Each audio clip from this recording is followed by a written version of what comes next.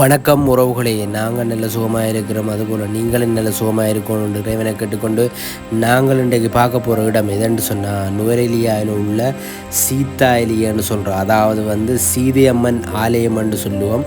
அதாவது சீதா எலியன்னு சொன்னால் சீதைக்கு ஒளி கொடுத்த இடம் என்று சொல்லப்படும். அதாவது ராமாயணத்தில் இந்த இடத்துல சீதை 11 மாதங்கள், அதாவது அசோகவனத்தில் 11 மாதங்கள் இருந்ததாக சுந்தரகாண்டத்தில் சொல்லப்படுது. சரிதானே, அந்த இடம்தான் இந்த இடம்.